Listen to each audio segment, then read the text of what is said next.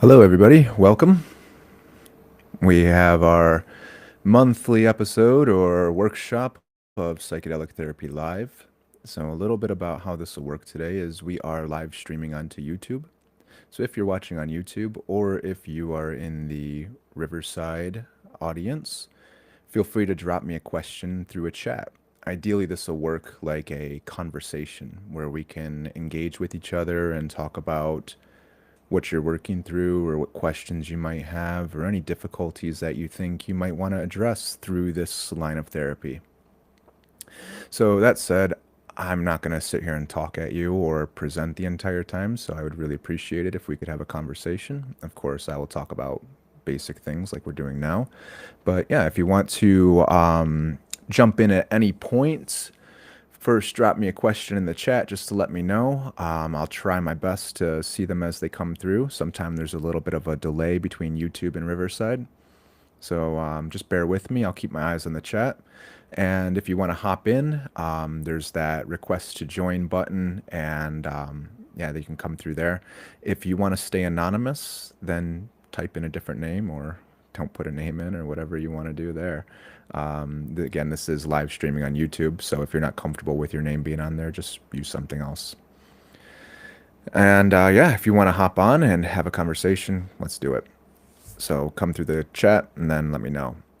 And so yeah, at any point, just shoot me some comments, let me know.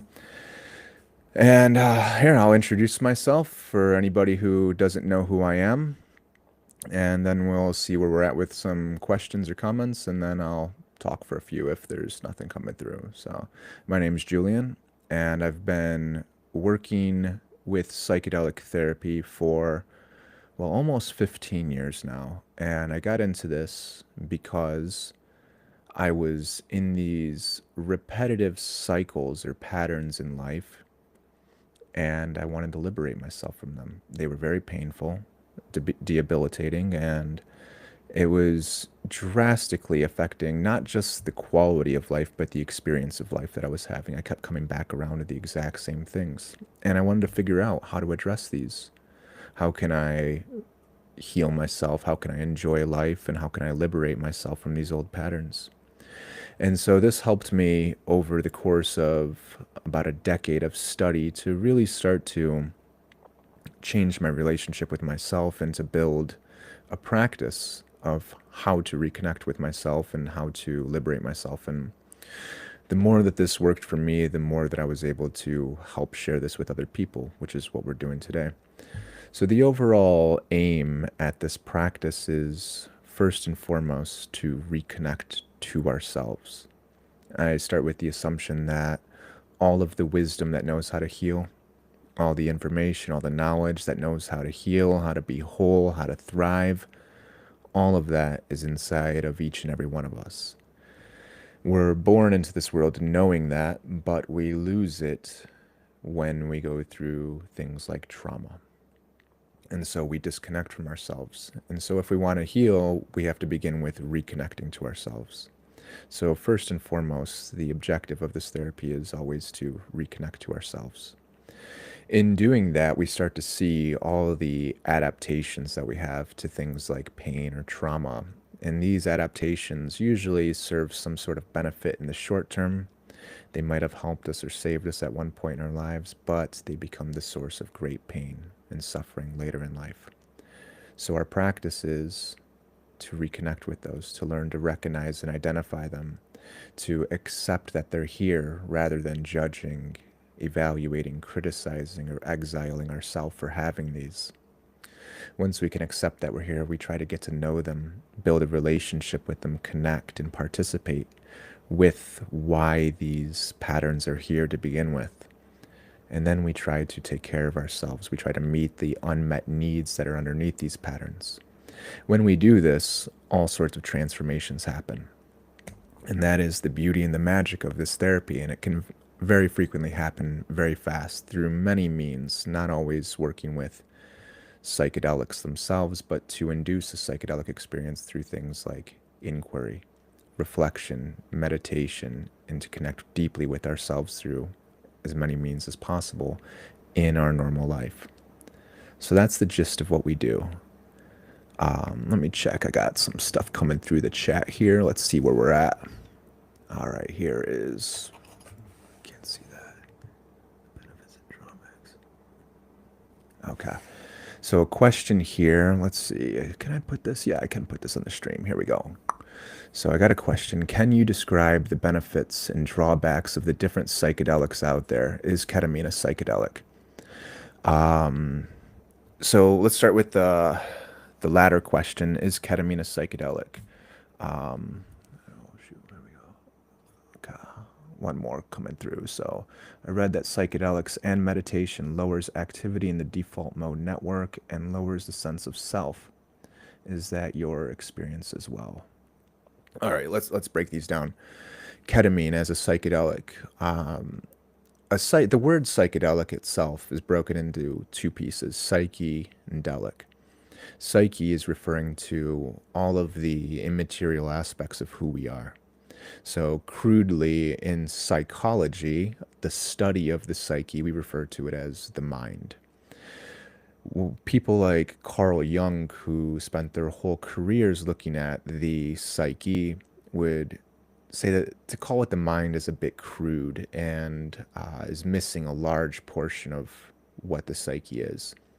So we often refer to it as all the immaterial aspects of who we are: our emotions, our thinking, our spirituality, and it's often referred to as the human spirit.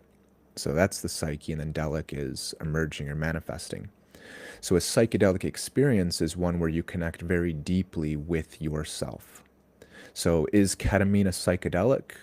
I mean, I've heard a lot of people refer to it as a psychedelic, and going through ketamine assisted therapy as psychedelic therapy.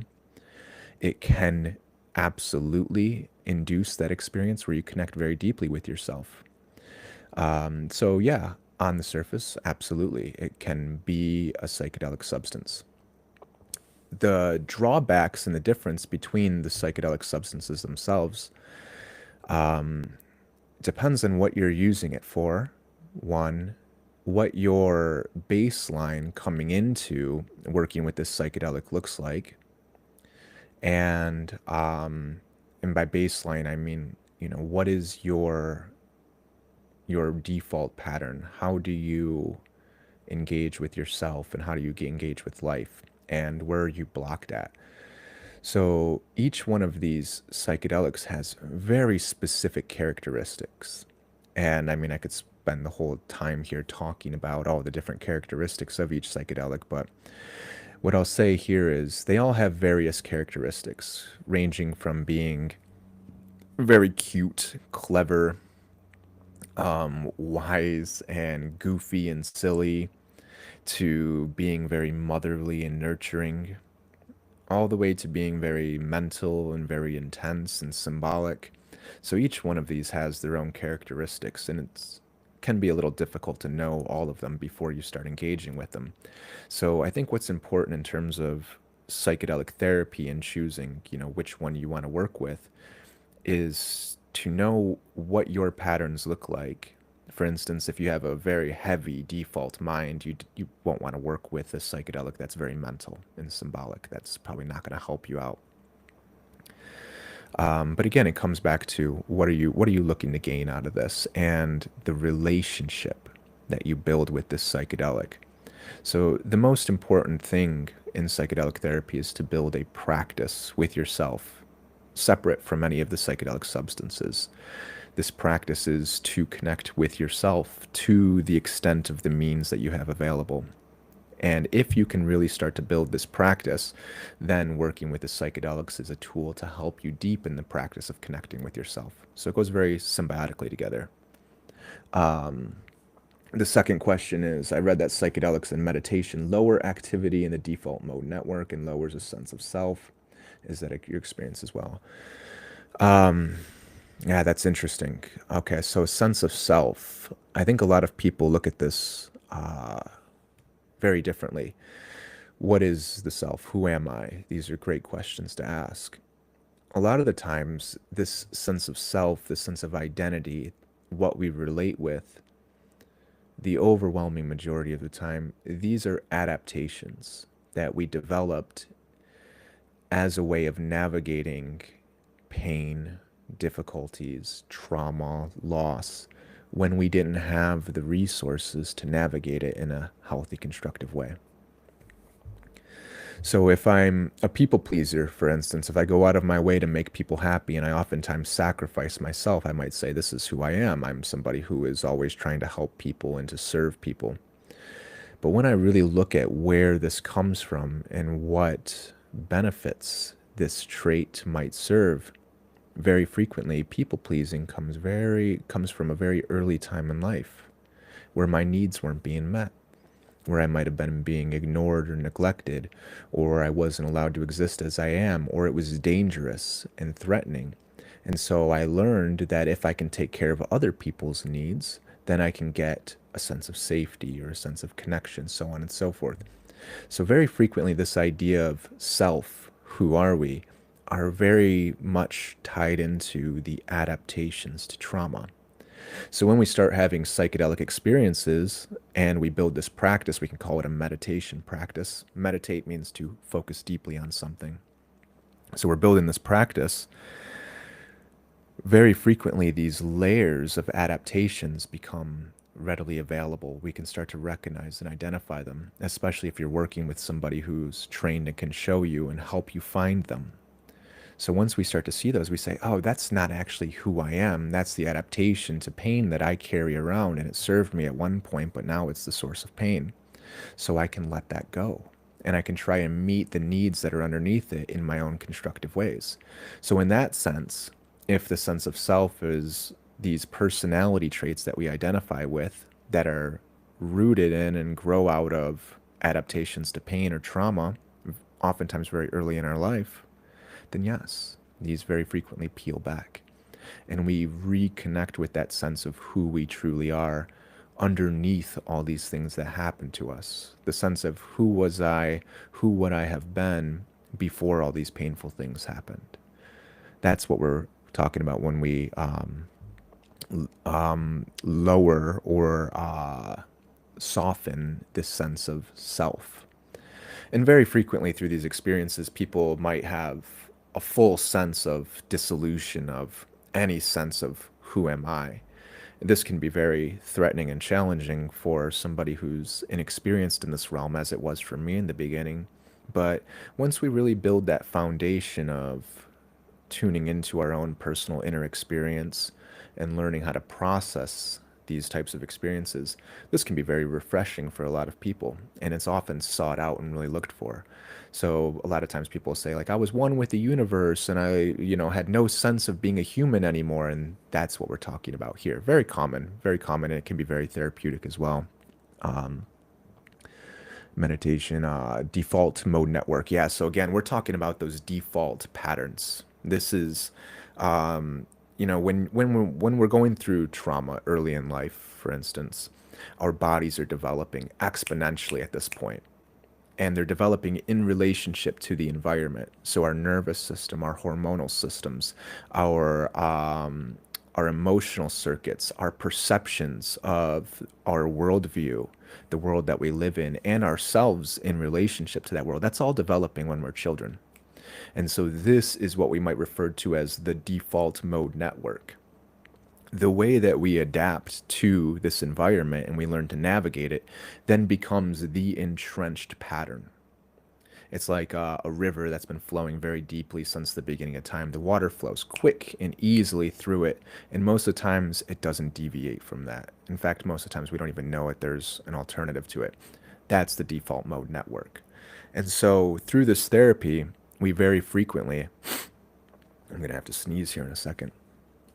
We very frequently start to identify those patterns and how deeply entrenched they are. And then we start to cultivate agency and choice. Once we start to become aware of these patterns and where they come from and what purpose they serve, then we can start to choose other patterns and we can liberate ourselves from those old ones.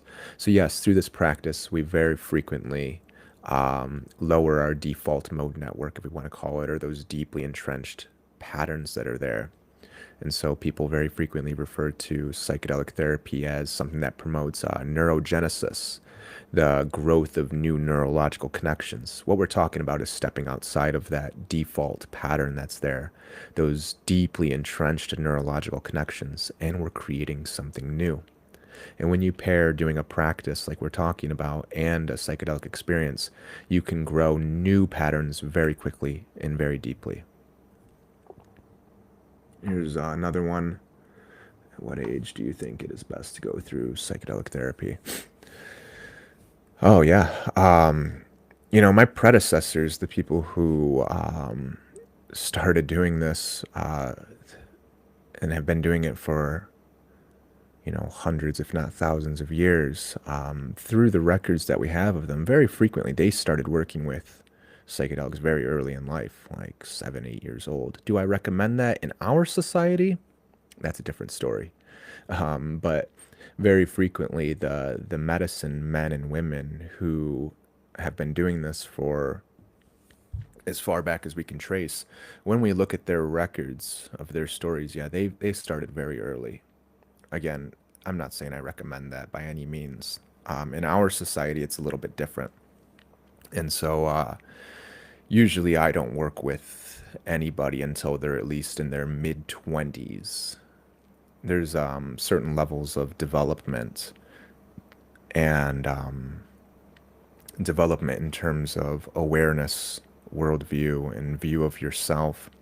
And from what I see, one of the main factors that determines success in this therapy is how committed to this path of healing, growth, development, and change are you? And very frequently, what I see is the younger ages, that's not there.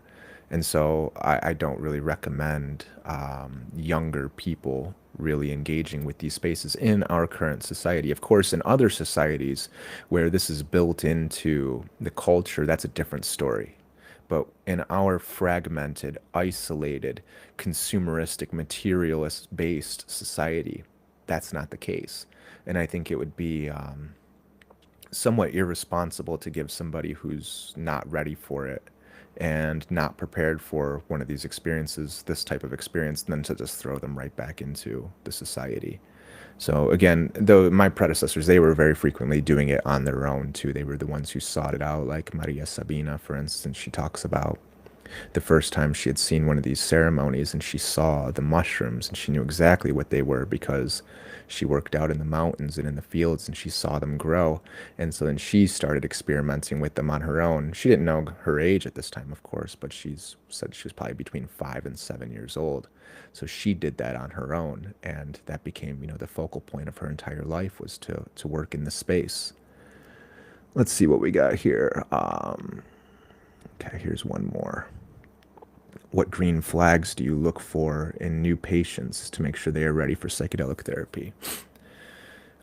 So there's certain characteristics, criteria that is really useful, and that dictates the type of support. I'm sorry, that dictates the level of success that comes through this type of therapy. The first one is, like I mentioned earlier, that dedication. How committed to this path are you? Going into this type of therapy requires us to go into the pain. Very frequently, these patterns that I'm talking about that keep showing up, they are there because there's pain from the past that hasn't been healed yet. It hasn't been processed. It hasn't been soothed or nurtured. And so this pain from the past keeps showing up here in the present. And depending on what our adaptation to that pain is, dictates to what level we can engage with it. So if my pattern of dealing with pain is to avoid it, to disconnect from it, to try to exile it and get away from it, and I just want this thing to go away, this type of therapy is going to be very challenging and difficult because it's not about making something go away. It's not about getting rid of something. It's about learning to recognize and identify that it's here, to accept that it's here, and then to get very curious and build a relationship with whatever's here, and then to process it and soothe it. And so this dedication piece, first and foremost, is crucial in terms of coming into this therapy. And I've met lots of people who, they might be dealing with debilitating circumstances like very, very treatment resistant depression, major depressive conditions, suicidal ideation, debilitating addictions, and they want that to go away. But if they're not prepared or willing to turn into it and to work with it, which is, of course, what I would help people through, um, it's going to be very challenging. So that's the first thing, is the dedication. The second thing is support. Is what kind of support do you have in your life? And I'm not just talking about people who are there going to support you through this, but in terms of resources. See, again, just like how we were talking about, what do I do with my pain? Do I want it to go away? Do I exile it? Do I distract myself from it? If you come and do this type of therapy and then you go right back to driving in traffic, going to the job, going to Costco, going right back into the same family relationships and things like that, yeah, it's going to be really challenging. So again, what kind of resources do we actually have to turn inward and to start to work on our own internal state? This is crucial. And again, of course, the support. Because if you got patterns that are entrenched with people around you, and let's say one of your default patterns is to make yourself small. So you suppress your emotions, you suppress your boundaries and your expression, and you learn this at an early age. And your relationships today are based on that. Well, what happens when you start expressing your emotions and you start expressing boundaries? Well, this is usually going to challenge those relationships. So it's very important to have the right support in place. These are the things I really look for: dedication, resources, support. Those are the big ones. The conviction, the really wanting to go into the spaces first and foremost. Even if, financial resources and, social resources aren't there, it can still really work for people who are deeply committed to wanting to enact some personal change. Here's one more. Have you ever witnessed bad experience with psychedelics? And if so, what do they look like? Oh, yeah, definitely. First thing, I found that when we do these preparations, when we really start to build the foundation to turn inward and to connect with what's present there and to accept what's present and not try to fight it or get rid of it or criticize and evaluate it and punish it, if we can really engage and relate with it, that really changes the type of experience. If that's not there, oh yeah, you're going to have a real hard time. If your default pattern is to try to get away from the pain and then to distract yourself from it, and then you take a psychedelic that is, by definition, its sole purpose at this point is to connect you with the things that are blocking you from yourself. So these adaptations or this unprocessed pain, oh yeah, it's going to be a conflict, an internal conflict for however long the psychedelic lasts for, 4, 6, 7, 8, 12 hours. Been there, and it's brutal. What it often looks like is something inside of me is trying to reveal itself, some pain that I'm carrying around that I've been avoiding. And it's going to keep coming up. And it's asking me to engage with it, to change my relationship with it, to change my view of it, to change the way that I view it, and to change the things that I do with it, my relationship. I have to engage and participate in this. And if I can't do that, if I just want to distract myself to make it go away, yeah, I mean, for the entire time, it's just going to be a conflict. And it's super stressful and it's very difficult.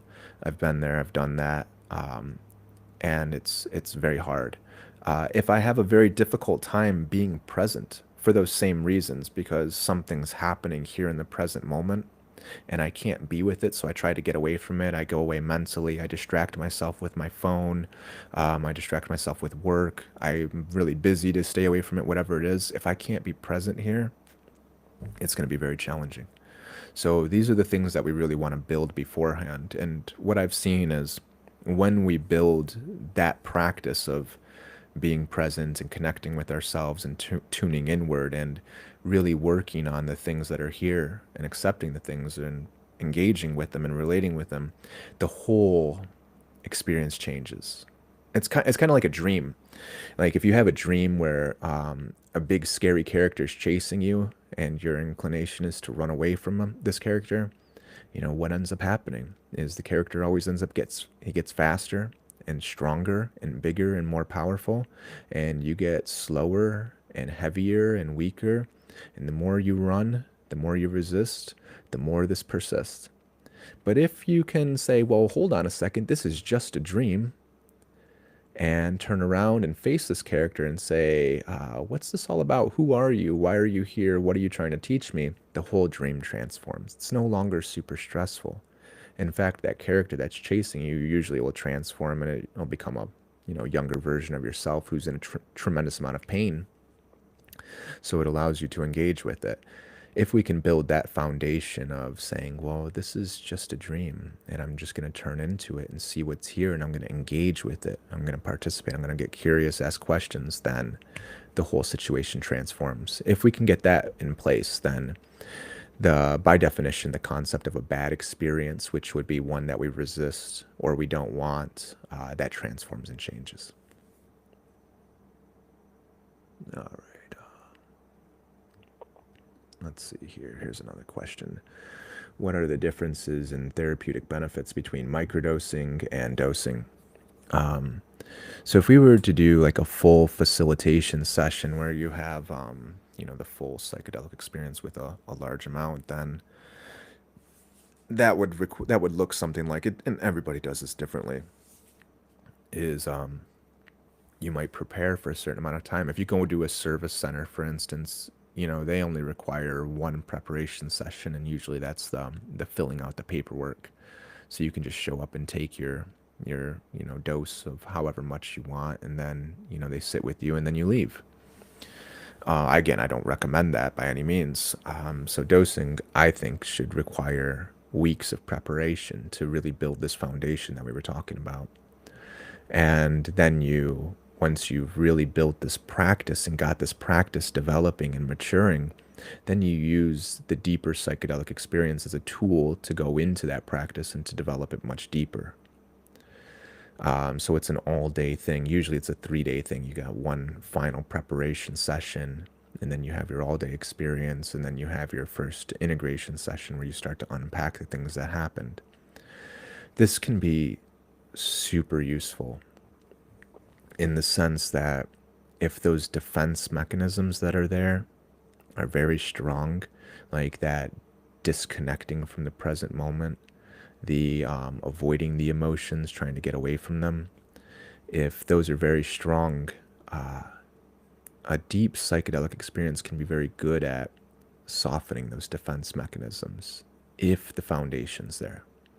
So it's a great way to soften those defense mechanisms and push them to the side just a little bit so you can get to what's underneath this that defense mechanism is trying to protect you from.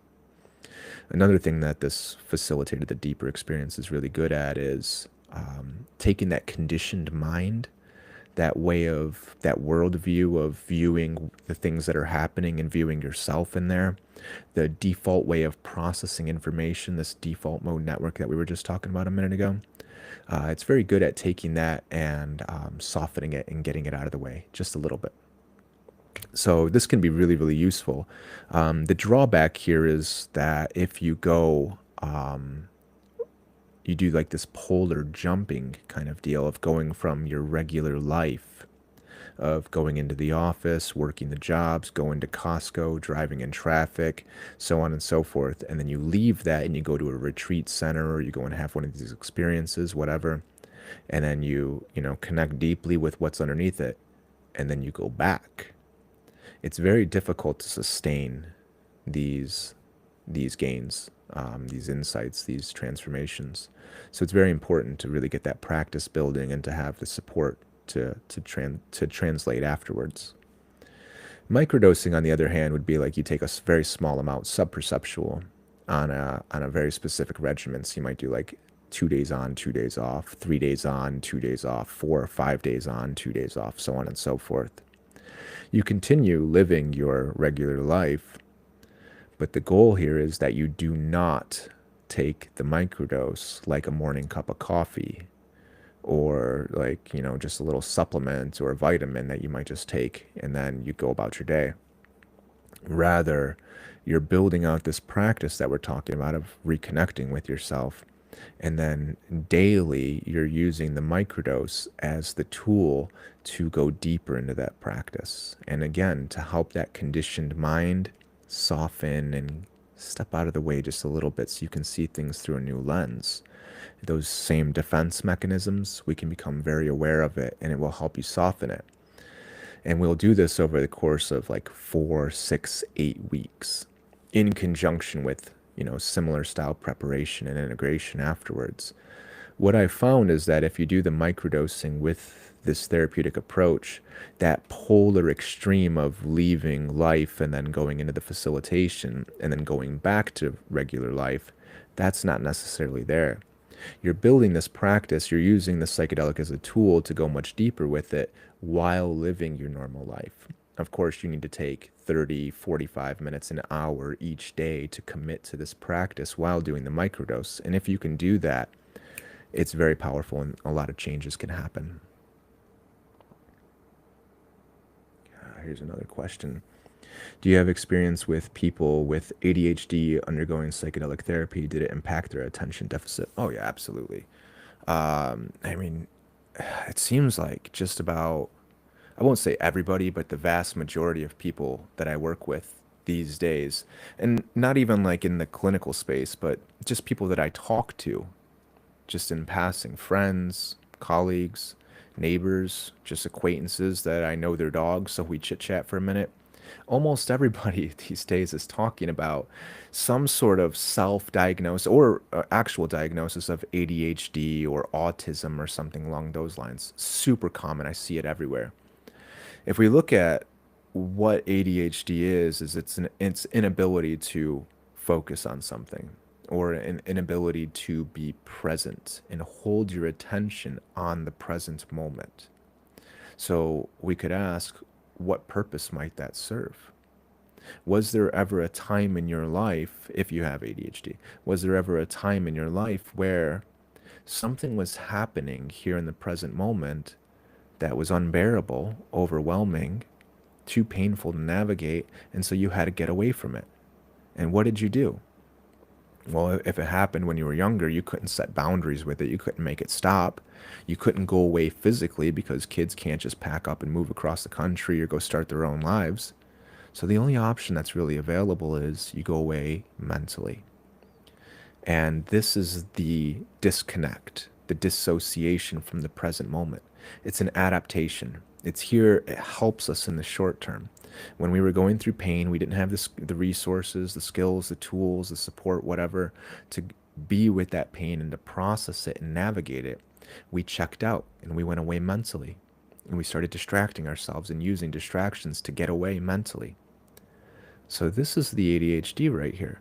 Now, if we could meet the needs that are underneath the ADHD, which is whatever's happening here is not safe, it's overwhelming, and it's unbearable, so I have to go away mentally.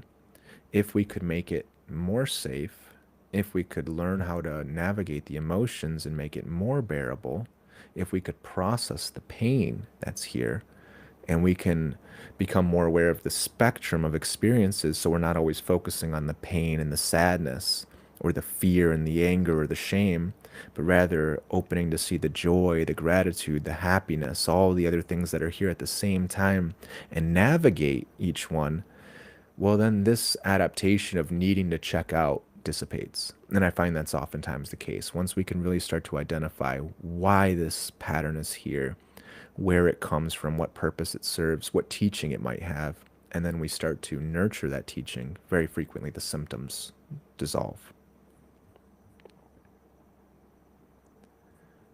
All right, let's see here.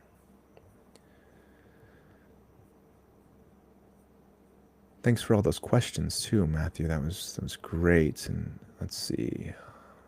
One more chat over here. That's not letting me see it for whatever reason. All right. So, any other questions coming through? This is a good time. It's been, wow, 35 minutes already of answering all these ones. Let's see if there's a, yeah, see if there's anything else that's coming through. There's usually a bit of a lag between here and YouTube. And I'm not seeing much coming through outside of those ones. So, Matthew, if you wanted to hop on and chat about any of these questions deeper and explore anything that you might want to, you're most welcome to come on.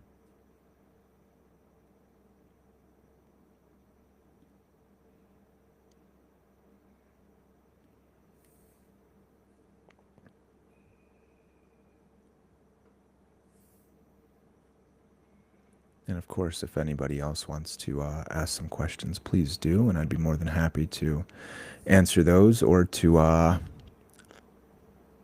a conversation with you. Okay. Okay. Thanks. No, if that's all the questions, then I'll give it a couple more minutes just to see if anything else comes through, and then if nobody else has any questions, we'll go ahead and end the session for today.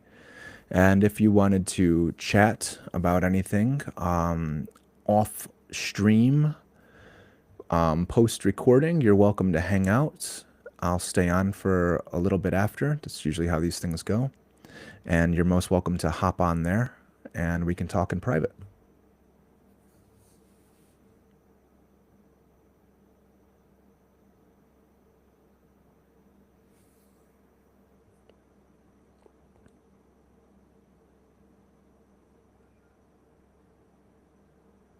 Okay, I see some more questions coming through. Go ahead, send it on.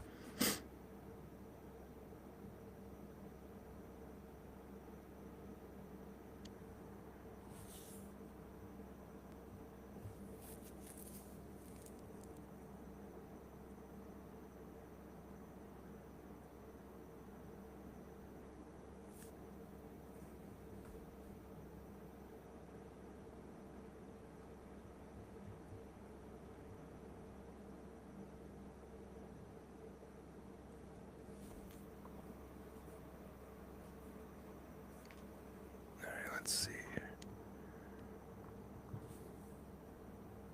Okay, I'm going to go ahead and pop this on the screen.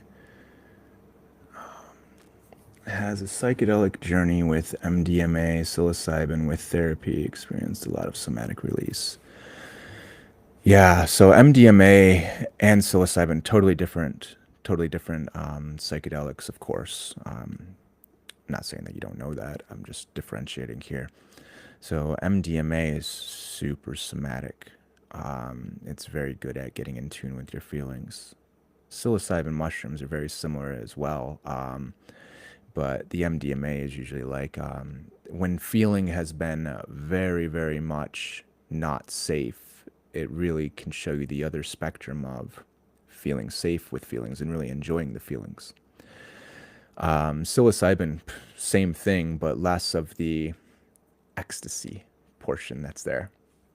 I personally don't work with MDMA. I mean, but we can get those exact same things with mushrooms or psilocybin. The characteristics are there. They're both very, very good at terms of somatic release. So when I'm talking about somatic release, and again, if this is off the mark, you're welcome to follow up with another question or come on and chat with me. But the somatic release, what's usually happening here is, again, something happened at some point in our life. And it usually starts very early in life. I'm not saying that it's always there, but the pattern itself of this pain usually starts very early in life. And then it snowballs and we have more traumatic experiences afterwards. The thing that happens is we don't have the resources, the skills, the tools, the support to navigate pain. And in fact, the people who are supposed to help us process and navigate pain and difficulties and loss and hardship, which is inherent in this world, a lot of the times the people who are supposed to help us to navigate those, they're actually the ones who are causing a lot of the pain, a lot of the isolation, and a lot of the disconnect. So what ends up happening is we adapt to it, as I mentioned earlier, in any way that's available. And usually the only way that's available is we go away mentally.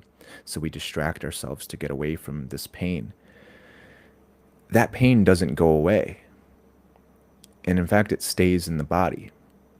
And a lot of the times what ends up happening here is us feeling that pain. And I'm using pain kind of broadly here. It could be we're feeling anger because our needs aren't getting met. We're feeling fear because it's a dangerous situation. We're feeling shame because we're always being evaluated, judged, criticized, ridiculed, punished, so on and so forth. And we can't express those emotions because if we express them, then we get told, well, if you're going to cry, I'll give you something to cry about. Or if you're going to be angry, I'm going to put you in a timeout, meaning that I'm going to disconnect from you. I'm going to disconnect you from your social interactions, your attachments, which are the most important things to you. So we learn that emotions are bad. And these emotions, these feelings in our body are giving us signals in terms of how we interact with our environment. So if we're feeling fear all the time and it's coming from our parents, we learn that feeling that is pretty bad and dangerous. So we suppress them almost always. We bury them down. And these feelings, they don't go away over time. They stay there. So when we're in these patterns of reliving the pain from the past and it keeps showing up in the present, there's unprocessed pain here. And so this process, the psychedelic therapy, when we're turning our attention inward and finding all of those things that all that pain that exists from the past, very frequently, almost always, I've never actually seen an example where this doesn't exist, is there's a physiological or a somatic correlation. We feel in our guts. There's a knotting, a twisting, a constriction, a weight, a heaviness. Our heart is fluttering. There's a weight, a tension on our chest. Our breathing is labored. Our jaw is clenching down and we're holding down all the time. Our throats are constricted and dry and choky because we're trying to suppress down the expression. So very frequently, once we can start to turn into those emotions, and this is the practice right here, is to reconnect with those feelings in the body. As soon as we turn our attention in there and we start to accept that it's here, we get curious about it, we try to figure out what needs this feeling might have, and we spend some time with it. We don't try and change it or fix it or get rid of it. We just try to be with it and be a nurturing presence with it. Very frequently, there's an immediate release. Almost always, like it happens right there. When you combine this practice, building this and doing it daily with a psychedelic, the amount of somatic release of carrying around all that tension and pain from the past, yeah, we can get there very quickly. Um, let's see. So true with the pain. Let's see. What does it say? So true. Definitely explain that. Spot on. Oh, thank you very much. Yeah, and yeah, that's the way it usually goes. And a lot of people can get there on their own. You can get there through the experience itself.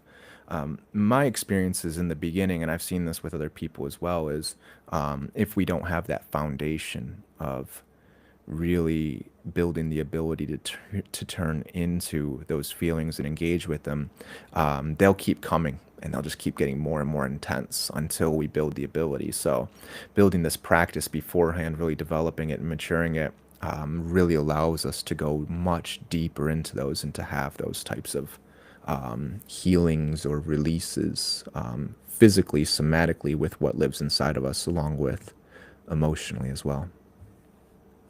Thank you for that question.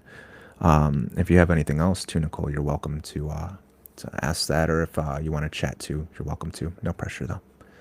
I'll give it a few minutes and see if anything else comes through. And if not, then here in about 2 minutes, I'll end the live stream. And if you want to chat, then you're welcome to as well. If you want to do so, like I said, when we're not streaming or recording. All right, here's one more. Let's see what we got. I'm gonna pop this on here. Interesting. I was very ready for the journey and felt safe, but this was my first time. What are you speaking of as far as going deeper? Is that beyond the waves of release, like relaxing into them? Let me read this again. I was very ready for. Felt safe, but it was my first time. What's the but there? I felt safe, but what was that right there? Was that like was that fear? Was that nervousness? Apprehension? Doubt? What is that? That might help me out with understanding this a little bit more. What are you speaking of as far as going deeper? Is that beyond the waves of release, like relaxing into? Okay. So, yeah, what I'm talking about here is, all right, so if you've noticed something somatic, physical in your body, which again, I mean, if you want to hop on, just hit that call in button and we can just chat about this together. But I'll answer it as best I can through this question here. When we're talking about this somatic feeling, when we really like the physical feeling in the body, let's say it's a constriction in the stomach, a knot, tightness, a weight, or something in the chest, clenching, a choking, whatever it is. Is there a way I can do it? Let's see.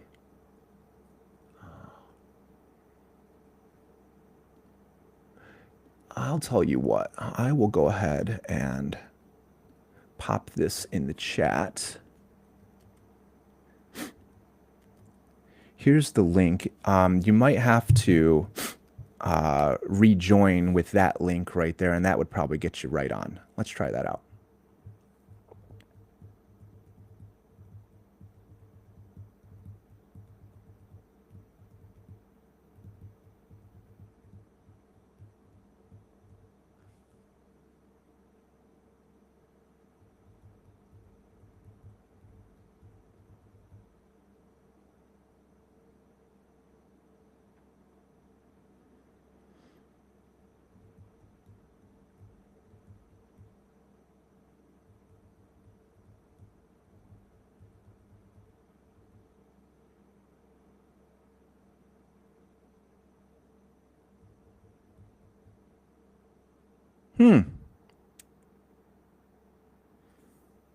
Even with that link, huh? That is the guest one, right? Let me just double check and make sure I got you the right one. Yeah, that is definitely for the guest link.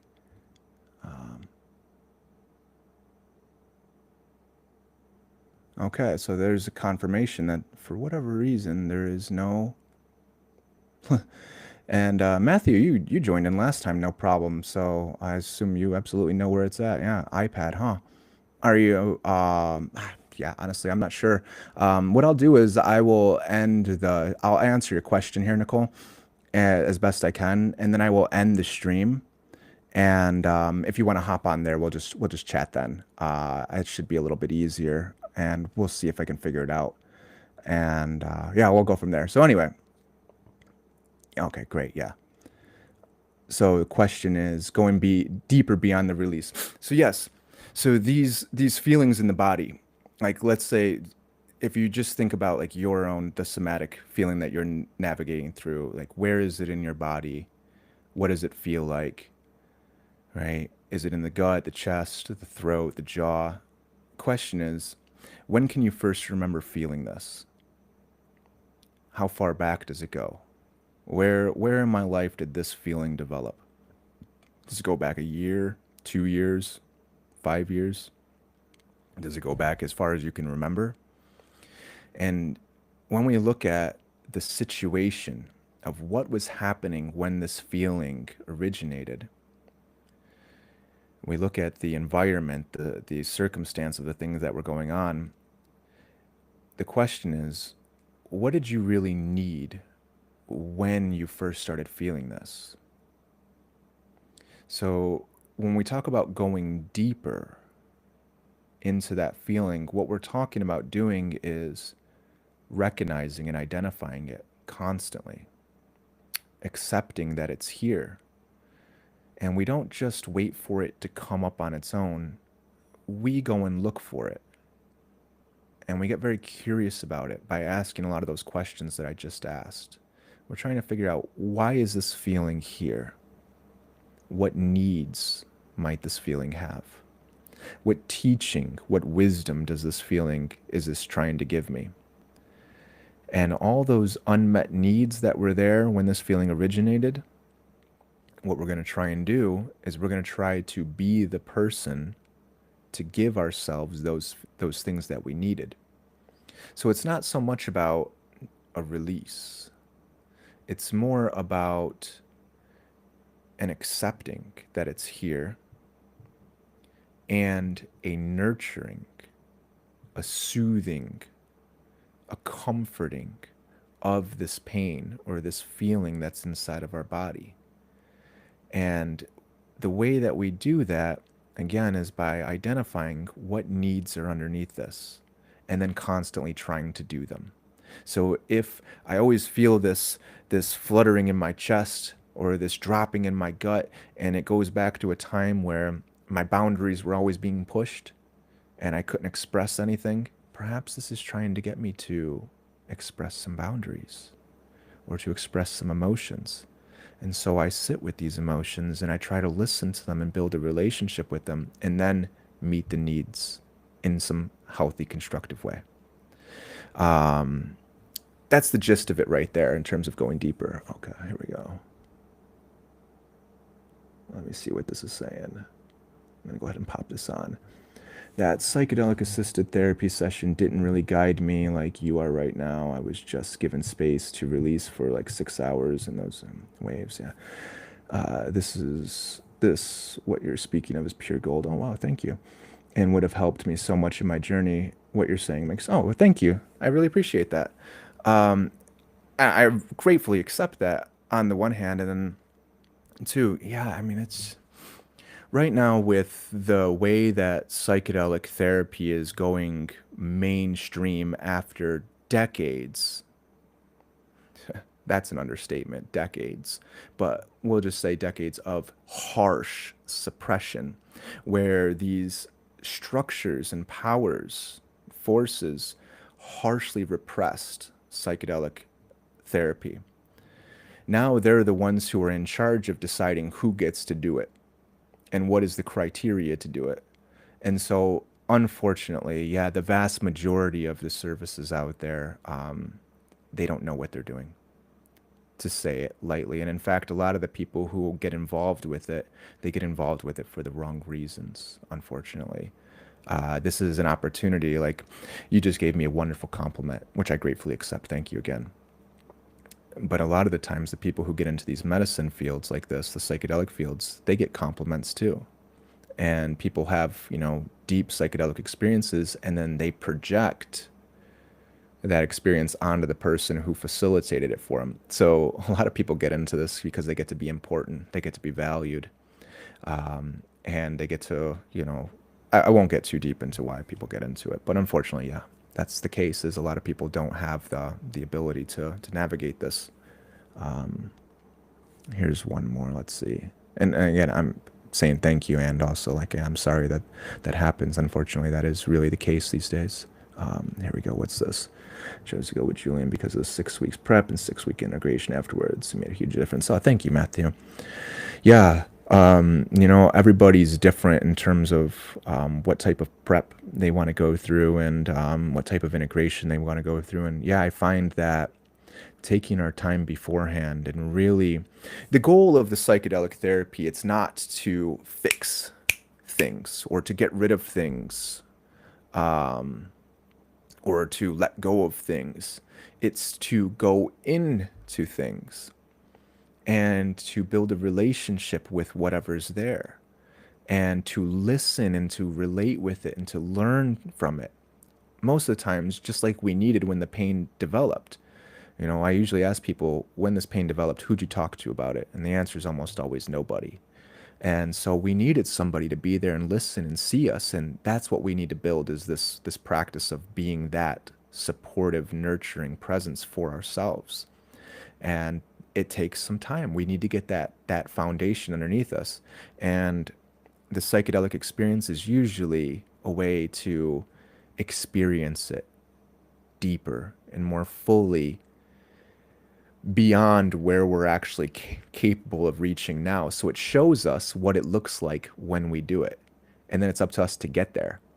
And so the practice is always the outcome. That's what we're really looking for. And the psychedelic aspect is the tool to help us get there. Let's see here. This is Nicole. Thanks, Matthew. Yes, I just wanted to go inward and have an open heart to learn from it. And then Matthew, sounds like you're on the right path. Yeah, I mean that's a fine intention right there, Nicole, is to go inward, um, to have an open heart and to learn from it. Yeah, that's incredible. And this is very similar to what most people have, and there's so many nuances here. And in terms of what does it look like to be open? What does it look like to go into it and to learn from it? And a lot of the times when this is happening, like the psychedelic experience, is these patterns are presenting themselves, and it can be like, looking at a puzzle. We're putting together a puzzle and we're sitting just a couple inches away from it. It's very difficult to see the parts that are at play. So yeah, having support, and unfortunately, like I said, with the way the structure is set up, there's a lot of support out there that's not good. But hey, you've learned, and now you see some things that might be useful for you. So that's a learning experience, and it can be really useful, and I think that can be really helpful for a lot of people. Let's see here. Okay, so it looks like since we're just at about time, I'm going to go ahead and stop the recording. And thank you both for asking all the questions. Thanks everybody for listening in. I'll stop the recording. Here we go. Here's one more. This is a response to Matthew. Yes, this is all a part of my big journey. That's the journey of life, isn't it? Big thanks, Julian. Thank you again. I really appreciate that. And yeah, life is the journey. And this, in psychedelic therapy, a lot of the times, especially with how mainstream it is right now, the headlines of all of the articles and the clips and these spiritual gurus who are out there saying how enlightened they are because they've done this now, it's almost always presented as a fix. MDMA breakthrough drug for treatment resistant depression. In other words, it's a magic pill. And when I do this, everything's great.